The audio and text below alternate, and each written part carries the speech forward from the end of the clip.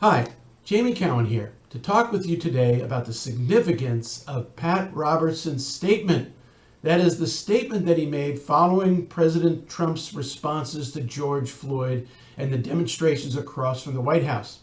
But I want to begin today with several personal encounters that I've had with Pat Robertson and his organizations throughout the years. Now, I have to be honest, I doubt if he remembers me. But to begin with, in the early 1970s, I was invited by him and his organization to appear on the 700 Club for a personal interview with him. Honestly, I don't really know why. I mean, at that time, I was 22 years old. I had just started law school. Yes, I was a Jewish believer, a Messianic Jew, but it's not like there weren't anywhere around. The Messianic Jewish movement had already begun. Anyway, I was invited to go to Virginia Beach, where the studio was, and was ultimately interviewed by him. And it was, honestly, it wasn't very notable. I mean, I ended up kind of sharing my own story about how I came to faith, and particularly about the struggles that I was having with my own family. The most significant part of it, however, didn't occur until later. Several weeks later, I was at my house. At that time, I was living with my parents, and I decided in the evening after law school to turn on the television, to turn on the 700 Club, and it turned out, of all things, to be the show that I appeared on. So I thought, well, maybe I'll watch it, but I'll watch it in the bedroom upstairs so that they wouldn't see or hear it. At that time, the 700 Club was like a 2-hour show, and I wasn't sure where I actually appeared on the show. As it turned out, I appeared towards the end. And as the show went on, I was just nervous about my parents showing up and everything, but they didn't. And then suddenly, at the end of the show, there I am. I appear, I come out. Pat Robertson says, "And now, Jamie Cowen, blah, blah, blah."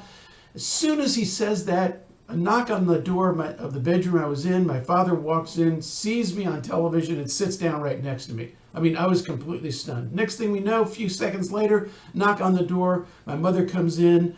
She sees me on television. She says, "Wait a minute, that looks like Jamie." And then all of a sudden, she's like in complete shock and horror, runs out of the room, crying and weeping. And my dad sat through the entire broadcast.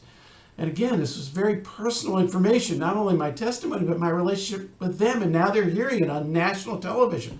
I mean, it was a terribly embarrassing situation, and it created a huge uproar with my family, understandably. So that was the first experience with Pat Robertson.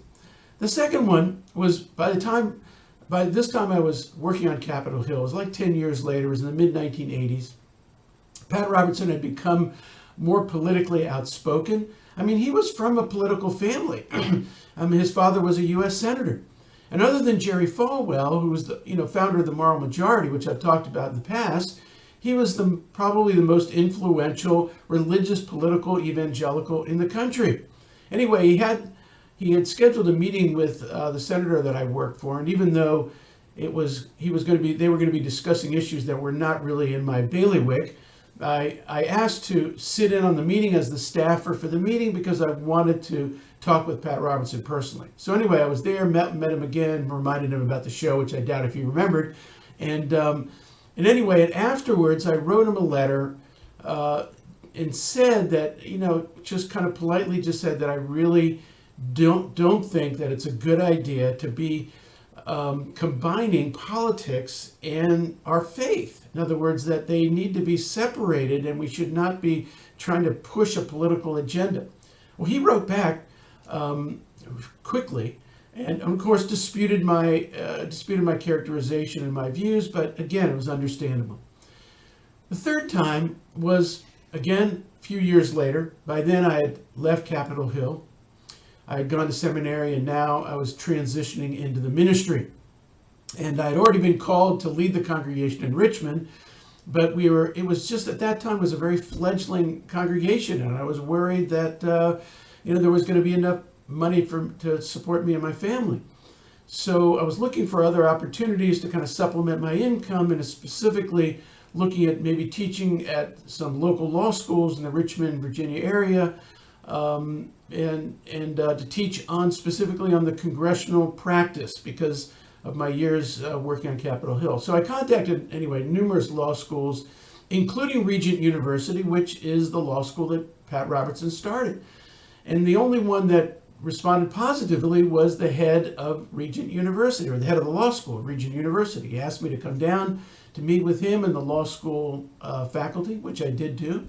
And it was actually a great meeting, and we talked a lot about what I could bring to the table, and I think they were excited to have a type of congressional insider to give them insight into the process. And the faculty met with them, and they seemed to like me. And then the famous lunch after affair. So I went to lunch with the dean of the law school and his wife to kind of conclude the process of coming on board, so to speak. And so during the conversation, he brings up this issue about the United States beginning as a Christian country, and that the founders believed that it was going to be a Christian country. And honestly, I had to kind of dispute it. I mean, I was gentle. I just said, I don't really agree with that view. I don't think it wasn't. I mean, the founders of the United States wanted to keep religion and politics and government separate. That's the reason for the First Amendment. And so we started arguing. Next thing we know, we're now arguing about the politicization of the gospel and the efforts of the Robertson organization and other organizations that are pushing a Christian political agenda. And I was just arguing, in favor of not doing that, of separating the two. Anyway, it turned out to be a disastrous meeting. And obviously the result was no offer to teach at the law school. That was pretty clear at that point. And so that was kind of the third major encounter, personally, with Pat Robertson and his staff. Now, Robertson, like Falwell and many others, helped to organize what we would call the religious right, which is the amalgamation of evangelical Christianity and conservative politics.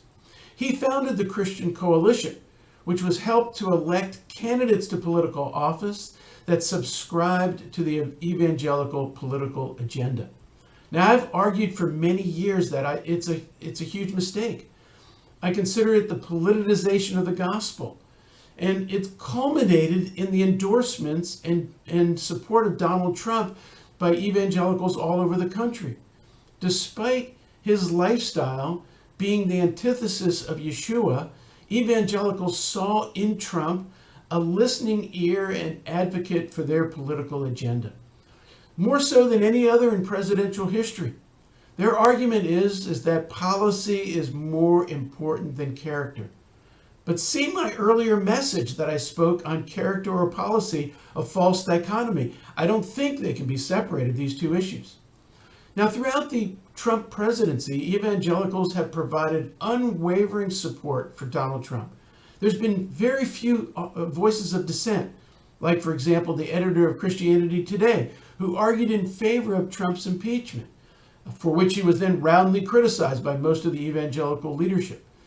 But that situation radically changed following the violent dispersal of protesters in front of the White House by law enforcement following the death of George Floyd. For those who missed it, Pat Robertson said that Trump's responses to Floyd's death and the demonstrations are, quote, "It isn't cool. We are one and God made us all. It seems like now is the time to say, I understand your pain. I want to comfort you. I think it is time that we love one another." But the president took a different course. He said, "I'm the president of law and order." All I can say is, wow, long overdue, but wow. Let me give some background. Pat Robertson is an amazingly successful TV evangelist and entrepreneur. He founded the 700 Club, the Christian Broadcasting Network, Regent University, the Christian Coalition, and a slew of other organizations. Other than Jerry Falwell, he's most responsible for the rise of the religious right.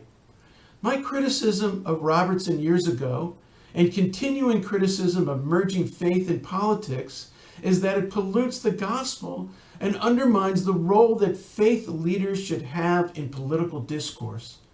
When you look at the prophets of old, they didn't hesitate to address political issues or to challenge political leaders.